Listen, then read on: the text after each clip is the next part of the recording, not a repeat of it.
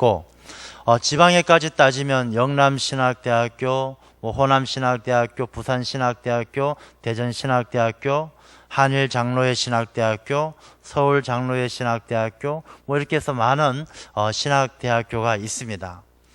그래서 저희 총회 주일인데 저희 총회에는 이렇게 예하에 많은 신학대학교가 있고, 노회가, 우리 교회는 어느 노회죠? 영등포 노회에 소속이 되어 있습니다. 그러니까 영등포 노회는 한 150개 교회가 있고요. 이런 노회가 전국적으로 65개 노회가 있습니다. 그리고 저희 교단에 속해 있는 교회는 한 8,600개 정도의 교회가 있습니다. 그래서 우리가 신앙생활 하면서 또 특별히 총회 주일을 맞이하면서 우리 교단, 우리 총회가 어느 정도 규모가 되고 또 어떻게 되어 있다는 것은 알고 있는 게 좋을 것 같습니다. 그래서 다음 주에 또 우리 교단에 총회가 열리게 됩니다. 총회를 통해서 우리 교단의 많은 일들이 결정이 되어지는데 또 잘 진행되어질 수 있도록 기도해 주시고 총회를 위해서도 늘 관심을 가져주시기를 바랍니다. 우리가 무엇을 하든지요, 이 자기 자신의 이렇게 그 현주소를 알고 있는 게 참 중요합니다. 내가 신앙생활 하면서 교단이 무엇인지, 총회가 무엇인지, 노회가 무엇인지 그걸 모르면 안 되는 것입니다. 사람이 살아가면서 자기 집 주소를 모르고 살아가면은 집 나갈 때마다 집 찾아오기 얼마나 힘들겠습니까? 집 주소를 모르면 한번 나가면 들어올 때마다 아주 곤란할 것입니다. 우리 인생도 다 마찬가지예요. 자기의 정체성을 분명히 가지고 있는 사람은 어떤 일을 하든 어딜 가든 늘 자기 자리로 돌아오게 되는 것입니다. 그러나 이 정체성을 잃어버리면, 자기가 뭘 하는지 왜 사는지 그것을 잊어버리면 사는 것이 힘들어지는 거예요. 우리나라가 자살률이 세계 1위지 않습니까? 왜 자살률이 세계 1위입니까? 이 사람들이 이 정체성을 잃어버리는 거예요. 왜 사는지, 사는 게 재미가 없고 재미가 없다 보니까 사는 게 힘들고, 우리나라 사람들이 10만 명 중에 한 평균적으로 40명이 자살을 해요. 그러니까 어마어마하게 많은 사람들이 자살을 하고 있는 거예요. 그래서 우리나라 자살률이 세계 1위인데 이 1990년대만 해도 우리나라 자살률이 그렇게 높지 않았어요. 한 8.8명, 지금은 40명이 넘었지만 8.8명이었는데 2000년대 넘어서면서부터 최근 들어 가파르게 이 자살률이 올라간 거예요. 이 사람들이 먹고 살기 힘들 때에는 가정을 위해 살아야 된다, 가족들을 부양해야 된다, 그런 책임감이 있었는데 이제는 먹고 사는 게 별 문제가 없어지고 이 삶에 있어서 자기의 정체성을 잃어버리니까 쉽게 포기하게 되는 거예요. 그래서 10대, 20대, 30대 젊은 세대에서 자살 원인 1위가, 사망 원인 1위가 바로 자살이다라는 것입니다. 그래서 우리가 이 정체성을 갖는다는 것은 굉장히 중요한 거예요.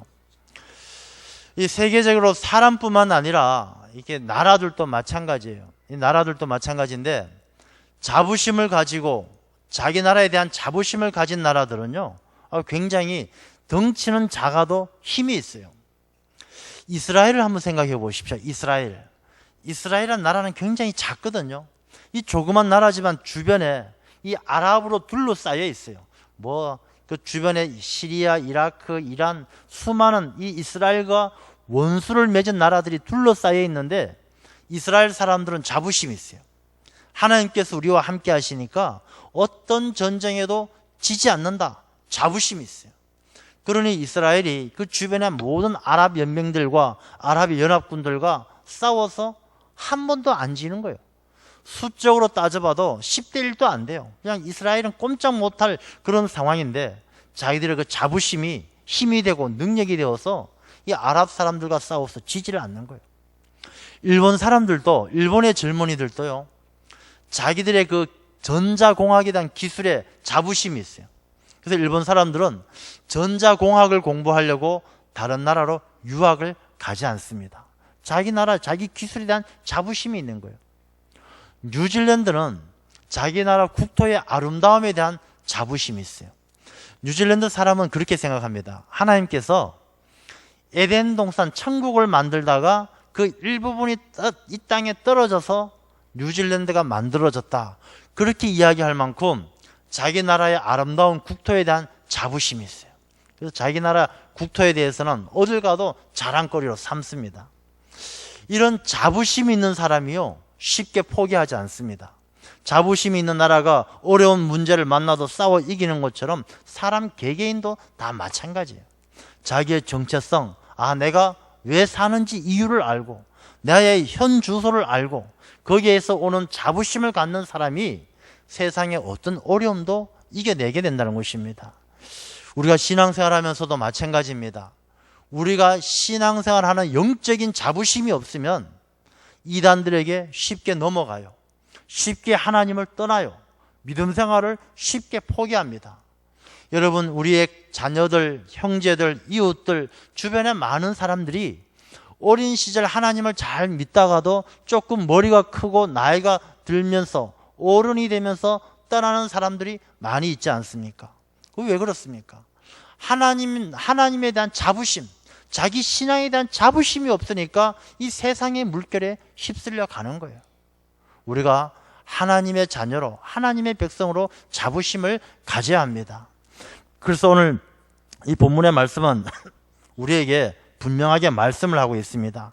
우리가 자부심을 가져도 좋을 이유가 무엇이냐? 9절 말씀을 보면요, 너희는 택하신 족속이다. 우리가 신앙생활하는 그리스도인으로서 첫 번째 가질 수 있는 자부심이, 나는 하나님의 택함을 받았다. 여러분이 택함을 받는다는 게 얼마나 영광스러워요. 우리가 어린 아이들이, 학교 다니는 초등학교 아이들이 선생님이 누구야, 홍길동, 길동아 이리 와라, 가서 교무실에 가서 출석부 좀 가져와라. 택해서 심부름 시켜도 아이가 좋아서 어쩔 줄 몰라요. 막 집에 와서 엄마 아빠에게 자랑해요. 엄마, 선생님이 나를 불러서 심부름 시켜줬어. 선생님이 나를 좋아하나 봐. 이 아이들이 선생님이 불러서 심부름을 시켜주는 그 택함을 받은 것도 얼마나 행복해하는지 모릅니다. 여러분, 나라에서도요, 나라를 위해서 수고하고 애쓴 사람들 가운데 택해서 훈장을 줘요. 훈장을 주면 이 훈장을 받는 것으로 끝나지 않습니다. 국가 유공자가 되면은 이 자녀들도 취업할 때 혜택을 받고, 뭐 어디 가서 차를 살 때도 혜택을 받고 혜택을 보게 되는 거예요. 나라에서, 이 세상의 나라에서도 택했을 때, 그 사람을 택해서 상을 주었을 때 그 사람에게 좋은 혜택이 따라오는데, 하물며 하나님께서 택하신 족속은 이루 말할 수가 없는 거예요. 하나님은 세상의 모든 만물의 주인이셔요. 그 하나님이 우리를 택해 주셨기 때문에 여기 앉아 계시는 거예요. 택하시는데 그냥 택했느냐?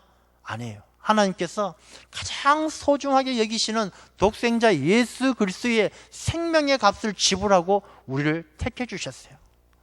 우리가 하나님의 택함을 받은 족속이라는 사실에 대해서 자부심을 가지시기를 바랍니다. 그런 자부심이 있어야 우리가 세상을 이길 수가 있는 거예요. 내가 하나님이 택하신 족속인지 안 택해 주셨는지 그것도 몰라서 흐리멍텅하게 있으면요, 이 세상에 마귀의 밥이 되는 거예요. 미혹하는 영들에게 넘어서 신천지로 가고 이단으로 쫓겨가게 되어 있는 것입니다. 우리가, 나는 하나님께서 택하신 사람이기 때문에 어떤 세상의 유혹도, 미혹하는 영도 나는 다 물리친다. 나는 하나님의 백성이다. 그런 자부심을 가져야 될 줄로 믿습니다. 그런 자부심을 가져도 좋을 이유가요, 하나님께서는 이 택하신 족속을 그냥 버려두지 않습니다. 나라에서 국가 유공자로 택하면은 뭐 취업할 때나 병원 갈 때 혜택을 주는 것처럼 하나님께서 택하신 족속은 하나님이 지켜주셔요. 하나님이 돌보아 주시는 거예요. 하나님께서 그 택하신 족속을 책임져 주시는 거예요. 그러니 내가 하나님의 백성으로 자부심을 가질 수가 있다는 것입니다. 올 마지막 말씀에도 보면, 하나님의 백성이요, 전에는 긍휼을 얻지 못하였더니 이제는 긍휼을 얻은 자라. 하나님의 백성이 되고 하나님의 택함을 받은 사람은 하나님께서 긍휼하게 여기시고 지켜주실 줄로 믿습니다. 그런 난 택함받은 족속이란 자부심을 간직해야 합니다. 두 번째는 보면요, 왕같은 제사장이다. 우리 모두는 다 왕같은 제사장이에요. 제사장은 라틴어로 폰티텍스라고 합니다. 폰티텍스. 이 단어의 뜻이 뭐냐 하면 다리를 놓는 사람. 이 제사장은요, 다리를 놓는 사람이에요.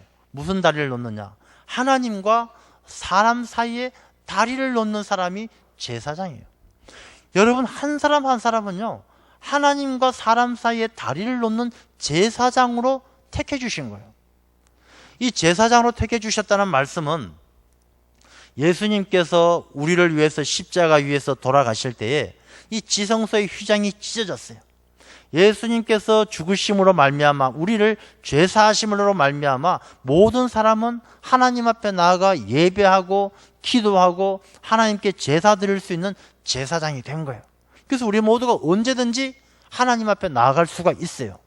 그런데 그뿐만 아니라 이 제사장으로 택해 주셨다는 것은 하나님을 알지 못하는 많은 사람들을 하나님과 만날 수 있도록 다리를 놓을 수 있는 사람이 되었다라는 거예요. 어떤 사람이 저에게 와서 목사님, 박근혜 대통령 좀 만나게 해 주십시오, 이렇게 부탁을 한다라고 생각해 보십시오. 제가 만날 수 있도록 해 주겠습니까? 제가 못 만나봤는데 어떻게 만나게 해 주겠어요? 나는 사람들을 대통령과 만나게 해줄 그런 능력도 재능도 없지만은 하나님께서 택해 주셨기 때문에 하나님을 알지 못하는 사람을 하나님과 만날 수 있도록은 해줄 수 있다는 거예요. 왜? 하나님께서 나를 왕같은 제사장으로 삼아 주셨기 때문에. 저만 그런 것이 아니고 여러분 다 마찬가지예요. 하나님께서 여러분 한 사람 한 사람을 제사장으로 삼으셨기 때문에 믿지 못하는 사람들을 하나님과 만날 수 있도록 그 귀한 일을 감당할 수 있도록 하나님께서 능력을 주신 거예요. 그런 자기 자신의 정체성에 대해 나는 하나님의 제사장이다, 하나님을 알지 못하는 사람, 하나님을 만날 수 있도록 할 능력과 책임이 내게 있다, 그 정체성과 자부심을 가져야 세상 가운데 복음을 전할 수 있는 힘과 능력이 생기는 거예요.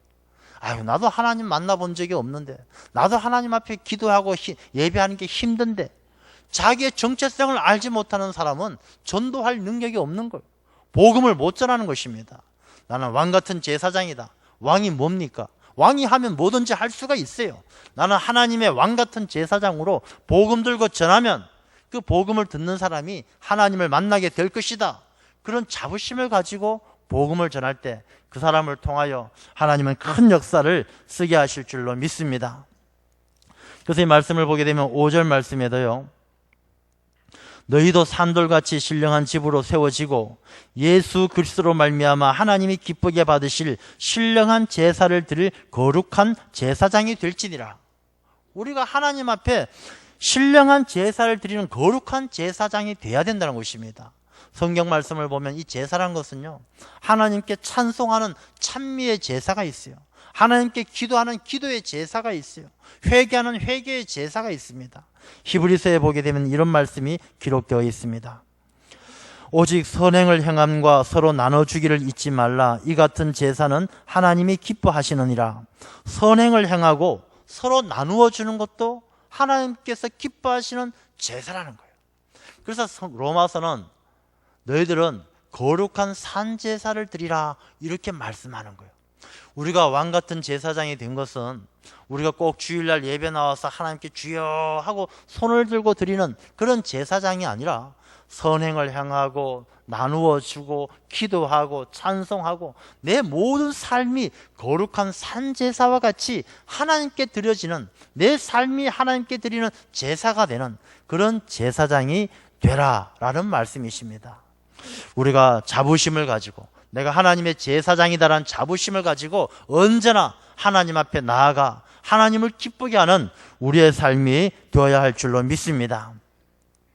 그리고 오늘 본문의 말씀 가운데 우리에게 너희들은 거룩한 나라요 그의 소유가 된 백성이다, 이렇게 말씀하십니다. 우리는 각자의 삶이 자기의 것이 아니에요. 우리는 하나님에게 소유된 사람이에요. 하나님에게 소유된 사람이란 말은 하나님이 나의 주인이세요. 하나님이 나의 주인이시고 나는 그분의 소유로서 우리가 해야 될 삶의 책임은 뭐냐? 하나님을 기쁘게 하는 것이 내 삶에 주어진 책임이다라는 것입니다. 그래서 우리는 어린아이와 같이, 언제까지나 어린아이와 같이 있어서는 안 돼요. 오늘 본문의 말씀에도 갓난아이가 이 순전하고 신령한 젖을 사모하라, 이렇게 말씀하는데 이 신령한 젖을 사모하는 이유가 무엇입니까? 갓난아기는 이 신령한 젖을 먹고 자라나야 되는 거예요. 하나님의 백성은 하나님의 택하심과 하나님의 왕 같은 제사장, 하나님의 소유된 우리의 삶은요, 점점 자라나서 우리가 아까 5절 말씀처럼 산돌같이 신령한 집으로 세워져야 되는 거예요. 우리가 언제까지나 구석에 버려진 돌처럼 살아서 되는 것이 아니고 신령한 집, 하나님의 나라를 만들어가는 일에 세워지는 산돌처럼 쓰임을 받아야 된다는 것입니다. 이 산돌이란 것이 뭐냐면, 산돌은 살아있는 돌이에요. 돌. 이 돌은요, 성경 말씀 가운데 보면 돌은 메시아를 의미합니다. 그래서 예수님께서 베드로에게도 이 베드로란 이름, 이 페트로, 개발한 이름, 반석이라는 의미를 가지지 않습니까? 이 반석이란 것은 하나님께서 사명을 감당하고 메시아를 상징할 때 이 돌이란 말을 씁니다. 그래서 우리 찬송가에도 만세반석 열리니 내가 들어갑니다. 이 만세반석 다 메시아를 의미하는 거예요. 그래서 산돌 같다는 것은 예수님께서 산돌로 우리에게 오셨어요.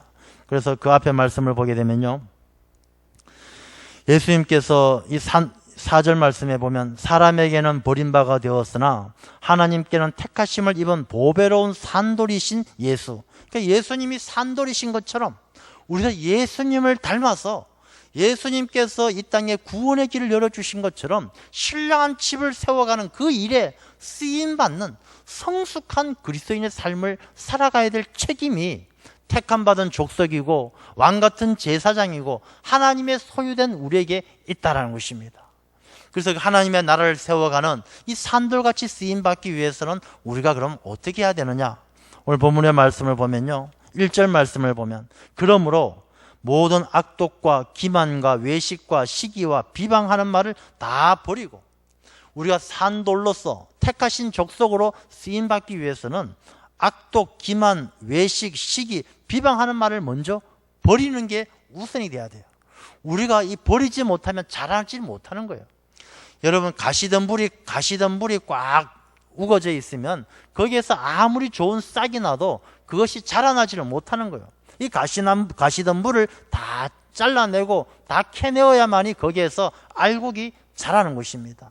그리스도인들이 자라기 위해서는 먼저 악독이 뭐냐면 하나님께서 싫어하시는, 하나님이 기뻐하지 않는 방법으로 자기의 욕심을 채워가는 모든 삶의 모습이 악독한 거예요.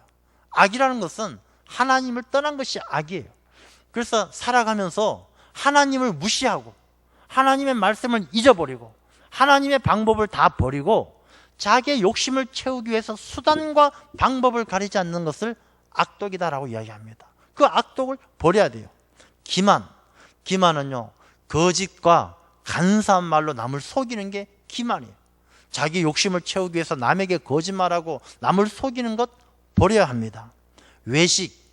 외식은 밖에 나가서 밥을 먹는 게 외식이 아니에요. 예수님께서도 바리새인들에게 외식한다라고 화를 내시잖아요. 이 독사의 자식들아, 이 외식하는 자들이요, 회칠한 무덤과 같은 자들이요. 예수님께서도 바리새인들의 외식에 대해서 화를 냈어요. 외식은 뭐냐 하면 이 말의 어원을 보게 되면요, 가면을 쓴 배우들이 말하는 것, 이것을 외식이라고 이야기합니다. 이 가면을 쓴 배우들은 자기가 한 말에 대해서 책임을 질 필요가 있어요, 없어요? 필요가 없어요. 자기들이 주어진 대사를 막 가면을 쓰고 했기 때문에 그 뒤에 본래의 모습을 가진 배우들은 그 말에 책임질 필요가 없어요. 그래서 외식이란 것은 책임지지 못하는 말을 하는 것을 외식한다라고 이야기하는 거예요. 이 바리새인들과 서기관들이 그럴듯하게 말은 하지만 삶이 따라주지 못하는 이중적인 모습을 예수님께서 질타를 하셨던 거예요. 시기란 건 우리가 잘 알죠. 내가 잘 되는 게 감사하는 것보다도 남 잘 되는 게 배가 아픈 게 시기하는 거예요. 사촌이 땅을 사면 배가 아픈 게 시기죠. 모든 비방하는 말, 비방은 남의 명예와 인격을 떨어뜨리기 위해서 그 사람이 없는 데서 수근수근 흉보는 게 비방하는 말이에요. 우리가 하나님의 백성들은 이런 모습들을 다 버려야 된다는 것입니다. 이런 모습들을 버리지 않으면 자라날 수가 없는 거예요. 이러한 모습들을 다 버리고, 그럼 우리가 가져야 될 것이 무엇이냐? 2절 말씀처럼 갓난 아기들 같이 순전하고 신령한 젖을 사모하라. 우리가 하나님의 백성으로서 장성하도록 자라나기 위해서는 우리가 하나님의 백성이 되어서 믿음을 가지고 신앙생활 할 때 다 갓난 아기와 같이 새롭게 태어나야 돼요. 거듭 태어나야 돼요. 그런데 신앙생활 하면서 많은 사람들이 갓난 아기 같지가 않아요.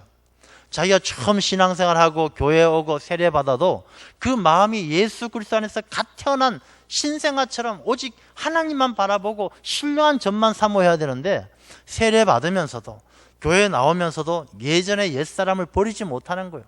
어른이에요. 갓난 아기가 아니고 성인이 되어가지고 그래 한번 교회 나가볼까? 자기 자신이 가지고 있었던 가치관, 자기 자신이 가지고 있는 사회적 지위, 사회적인 힘과 권력 다 버리지 못하고 갓난 아기가 아니라 자기가 세상의 어른이 되어서 교회에 나와서 신앙생활 해보려고 그러는 분들, 자라나지를 못하는 거예요. 그런 분들이 얼마 가지 못해서 실족하고 떠나가는 거예요. 우리가 하나님의 백성으로 자라기 위해서는 예수 그리스도 안에서 새로운 피조물은 갓난 아기처럼 다시 만들어져야 되는 거예요. 그래서 우리 모두가 신앙생활 할 땐 갓난 아기의 심령이 돼야 돼요. 우리가 어른처럼 와가지고 야, 뭐 교회에서 목사님 하는 말 좀 들어볼까? 야, 저 말은 맞는 것 같고 저 말은 틀린 것 같고, 야, 사람들 뭐 교회 다니는 사람들이 왜 이래 왜 저래 하나하나 평가하고, 그 마음이 갓난 아기가 되지 않으면 하나님의 말씀 신령한 젖을 먹고 자라날 수가 없는 거예요. 우리가 참으로 하나님의 백성으로 살아가기 위해서는 오염되지 않는, 세상에 때묻지 않는 거룩하고 신령한 하나님의 말씀만을 사모해야 될 줄로 믿습니다. 그 신령한 젖을 사모할 때 주의 교훈과 주의 말씀이, 주의 훈계가 우리를 자라날 수 있도록 양육하는 거예요. 그런데 이 갓난 아기가 아니고 조금 병든 사람들은, 이 어린 아기들이요, 이 신령한 젖을 사모하지 아니하고 딴 데 맛을 들이면 아이가 이상해지는 거예요. 이 신령한 젖을 사모하지 않고 우연히 먹게 된 설탕물의 맛을 들었다고 생각해 보십시오. 달짝지근한 설탕물의 맛을 들어서 이 갓난 아기가 엄마의 신령한 젖을 사모하지 않고 설탕물만 먹어요. 맨날 설탕물만 먹으면 어떻게 되겠어요? 당뇨병에 걸리든지 비만에 걸리든지 분명히 깊은 큰 병에 걸리고 말 것입니다. 그래서 우리가 신앙생활 할 때 하나님의 백성으로 잘 성숙하기 위해서는요, 우리가 하나님의 말씀 안에서 양육되어져야 되지, 우리가 설탕물처럼 자기 입맛에 맞고 자기가 병들어 있는지 모르고 자기 입맛에 맞는 그런 것을 찾다가는 더 큰 병에 들어서 멸망의 길로 가는 것을 많이 보게 된다는 것입니다. 그것이 특별히 오늘날에는 많은 이단들의 모습들이 바로 그런 데서 나타나는 거예요. 이단들이요, 하나님의 신령한 젖을, 하나님의 말씀을 설탕물로 바꾸어 놓는 거예요. 사람들의 입맛에 달짝지근하게 우리가 새로운 피조물이 되어서 하나님의 그 말씀을 사모해야 되는 그 신명들 가운데, 야, 뭐 너는 그렇게밖에 갓난 아기밖에 안 돼? 너는 이제 클 만큼 컸지 않냐? 이거 한번 먹어봐. 설탕물을 먹여가면서 그 사람을 영적으로 병들게 만드는 거예요. 특별히 요즘에 보게 되면요, 이 말씀 보존 학회라는 킹 제임스 성경을 쓰는 그런 이단이 있어요. 이 킹 제임스 성경을 쓰는 이 이단은요, 이성호라는 사람이 1992년에 이 말씀 보존 학회와 더불어서 무슨 침례교회 이렇게 해서 만들어 놓은 그런 이단이에요. 그래서 이 이단들은 그 미국에 있는 펜사콜라 신학대학이라는 데가 있습니다. 이 펜사콜라 신학원이 있는데, 이 미국에는요 신학원이 굉장히 많습니다. 그런데 미국에 있는 이 신학원은 우리가 생각하는 처럼 신학대학교 막 건물도 있고 뭐 교무처도 있고 총장도 있고 이런 신학원이 아니에요. 이 미국에 있는 이 세미나리 신학원들은요, 대체로 3, 4층 되는 건물 하나가 신학원인 거예요. 그러니까 하나씩 이렇게 만들어서 자기들 신학원 이름 붙이면 신학원이 되는 거예요. 그래서 거기서 뭐 박사학위도 주고 뭐 그러는데, 이 펜사콜라 신학대학원이 있는데 거기에 피터 라크만이라는 사람이 있어요. 교수인데, 이 피터 라크만 교수가 이 킹 제임스 성경을 쓰면서 자기의 교리 또 자기의 주장을 좀 만들어 왔어요. 근데 이성호라는 사람이 이 피터 라크만의 영향을 받아서 말씀 보존 학회와 무슨 침례교회 이래서 한국에 이 킹 제임스 성경을 가지고 들어옵니다. 그래서 이 이성호라는 사람을 통해서 들어온 이 킹 제임스 성경을 쓰는 그런 집단이 있는데, 그 집단들이 요즘에 와서 많이 활동들을 하게 됩니다. 그래서 이 사람들은 어떻게 이야기를 하느냐 하면, 킹 제임스 성경만이 절대적인 하나님의 진리다. 그리고 우리가 쓰는 이 개역 성경, 우리가 쓰는 이 개역 개정 성경은 마귀가 거짓 신학자들을 사용해서 변개한, 바꾸어 놓은 거짓 하나님의 말씀이다. 이렇게 이야기합니다.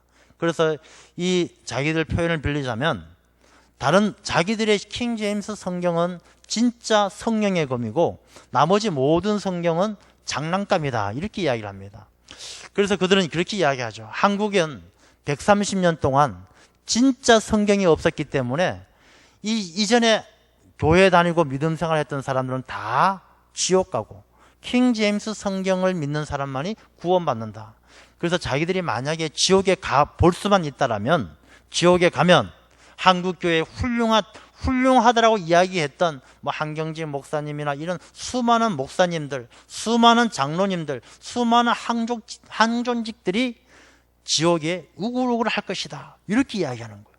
자기들만이 치려고 자기들만이 맞고 나머지 모든 성경, 개역 성경, NIV, 미국에서 사용하는 NIV 성경 다 거짓이고 사탄의 장난감이다. 그렇게 이야기하는 것입니다. 그래서 많은 사람들이 또 거기에 혹하는 사람들이 있어요. 이 단물, 신령한 젖을 사모하는 것이 아니고 자기도 갓난 아기가 아니라 나도 알 만큼 알아. 자기도 신학 공부할 만큼 했어. 이런 교만함을 가진 사람들이 그런 달콤한 설탕물에 빠져서 자기 병이 깊어가는지 모르고 넘어가는 사람들도 많이 있는 것을 보게 됩니다. 원래 이 킹 제임스 성경은요 1611년 영국에서 만들어진 성경이에요. 이 1611년 3번의 개정 작업을 거쳐서 만들어진 이 성경은 에라스무스라는 인문주의 신학자가 쓴 성경을 근간으로 해서 이렇게 번역을 한 성경이에요. 그래서 이 성경도 따로 만들어진 것이 아니라 그 이전에 쓰던 성경을 번역한 것이고 에라스무스 성경은 5권밖에 남지 않아 가지고 나머지는 라틴어로 된 불게이트 성경을 번역한 그냥 짜집기 된 그런 성경이에요. 그런데 이 킹 제임스라고 이야기하는 것은 그 당시 국왕이었던 제임스가 이 성경 번역된 것을 야 괜찮네, 이 성경 한번 써봐. 왕이 그 성경에 권위를 부여해 줬다고 해서 킹 제임스 흠정역 성경이다. 그렇게 이야기를 하는 거예요. 근데 이 성경은요, 이 성경 말씀을 그들이 가르친 성경 내용을 보면은 참 이렇게 가르칩니다. 뭐 예를 든다면 예수님께서 십자가 위에서 창에 찔리시고 이렇게 면류관을 쓰시면서 피와 물을 다 흘리셨다. 이렇게 성경에 기록되지 않습니까? 이 사람들은 그 이야기를 가지고 우리도 부활하려면 몸의 피가 다 빠져나가야 된다라고 이야기합니다. 이것은 통일교나 전도 간의 피가름 교리와 비슷한 면을 가지고 있죠. 또 그들은 그렇게 이야기하죠. 사람이 한번 구원받으면 그냥 무슨 일을 해도 그 구원은 영원하다라고 이야기합니다. 근데 성경은 그렇지 않아요. 사람은 이 구원받은 믿음을 가졌으면 그 믿음을 끝까지 지켜가야 된다라고 이야기해요. 디모데 후서에도 우리가 이 세상에서 선한 싸움을 싸우고 믿음을 지켰을 때 의의 면류관을 받는 거예요. 우리가 한번 믿었으면 그냥 영원히 구원받을 것 같으면 선한 싸움을 왜 싸웁니까? 영적 전쟁, 전신갑주를 입고 왜 싸웁니까? 우리가 전신갑주를 입고 싸우는 것은 우리의 구원, 우리의 믿음을 지키기 위해서예요. 사도 바울도 고린도전서 9장에 보게 되면 내가 복음을 전한 후에 도리어 내가 버림을 받을까 봐 두려워서 내 자신을 쳐서 복종한다. 그렇게 고백을 하는 것입니다. 출애굽기에 보면요, 모세가 하나님께 이야기하죠. 하나님, 우리 백성들의 죄를 용서해 주십시오. 하나님께서 만약에 이 백성의 죄를 용서해 주지 않으신다면 차라리 내 이름을 생명책에서 지워주십시오. 여호와께서 말씀하시기를 누구든지 내 앞에서 죄를 범하면 내가 생명책에서 그 이름을 지워버리라. 그렇게 말씀하십니다. 하나님 생명책에 기록된 이름도 믿음을 버리고 하나님 앞에 범죄하면 지워지게 돼 있는 거예요. 사울왕도 택함을 받았지만 하나님 앞에 교만하고 불순종할 때 버림받지 않습니까? 그런데 이 킹 제임스 성경을 쓰는 사람들은요, 한번 구원받으면 영원히 구원받는다라고 이야기를 합니다. 그래서 이 이단이라는 것은요, 총회에서 결정을 합니다. 이단은 나라에서 법으로 정하지 않아요. 나라에서 형법으로 무엇은 이단이다 이렇게 정하는 것이 아니고 이렇게 총회에서 오랫동안 신학자들과 목사님들이 연구를 해서 그 연구 결과를 가지고 총회에서 이 집단은, 이 모임은 이런 부분이 이단이다 아니다 결정을 하게 됩니다. 그래서 킹 제임스 성경을 쓰는 이 말씀 보존학회 또 무슨 침례교회 이러한 집단에 대해서 우리 총회는 어떻게 결정을 내렸느냐 하면 제가 잠시 말씀을 드리겠습니다. 우리 교단 총회에서는 이렇게 결정을 했습니다. 킹 제임스 성경만이 가장 바른 성경이고 여기에만 구원이 있고 다른 사본 성경들은 모두 사탄의 책이고 이단이라고 주장하는 편협한 근본주의자들의 그릇된 주장을 하는 이들은 성서공회가 인정하는 번역 성경을 믿고 고백하는 모든 교회를 이단으로 몰아가는 아주 잘못된 집단이다. 이들의 주장은 나아가서 자기들이 인정하는 킹 제임스 성경을 사용하는 교회만이 구원이 있고 다른 번역 성경을 사용하는 교회는 구원이 없는 것으로 주장하는 반기독교적이다. 그러므로 우리 교단의 모든 교회는 이런 사실을 성도들에게 교육하고 잘못된 주장에 동조하거나 미혹됨이 없도록 해야 합니다. 이렇게 결정을 했어요. 근데 보면은 이러한 내용들을 잘 모르는 분들은요, 뭐 어떤 항존직들은 야, 뭐 어디 가서도 믿음 생활만 잘하면 되지 뭐 이렇게 이야기하는데 그렇지가 않아요. 우리가 아이들이 신령한 젖을 먹고 자라나는 아이하고 어디 가서 설탕물만 먹고 자라나는 아이들은 나중에 되면 다 달라요. 아이가 병들고 기형이 되고 멸망의 길로 가는 거예요. 우리가 어떤 신령한 젖을 사모하느냐가 중요하다는 것입니다. 우리가 그런 분별력을 가져야 되는 거예요. 한번 우리가 택함 받았다고 해서 방심하면 안 돼요. 야, 저 사람 어릴 때 잘 믿었으니까 참 믿음 생활 잘할 거야? 그렇지가 않아요. 가룟 유다 보세요. 예수님께서 택하셔서 3년 동안 훈련시키고 3년 동안 교육을 시켰지만 결국은 사탄에게 마음을 빼앗겨서 예수님을 십자가에 팔아버리지 않습니까? 우리가 분별력을 가지고 믿음을 잘 지키지 않으면 우리가 하나님의 백성이 되어줄 수가 없다는 것입니다. 우리 모두가 분별력을 가지고 하나님의 백성으로 자부심을 가지고 미혹하는 영들, 이단들, 세상의 유혹들 다 이겨내고 하나님의 백성으로 자부심을 가지고 승리할 수 있는 우리 모두가 되시기를 축원합니다. 기도하겠습니다. 하나님 아버지, 많은 이단들이 횡행하고 또 미혹하는 영들이 많고 세상의 유혹들이 많습니다. 우리가 영적인 정체성을 가지지 못할 때에 또 흔들리고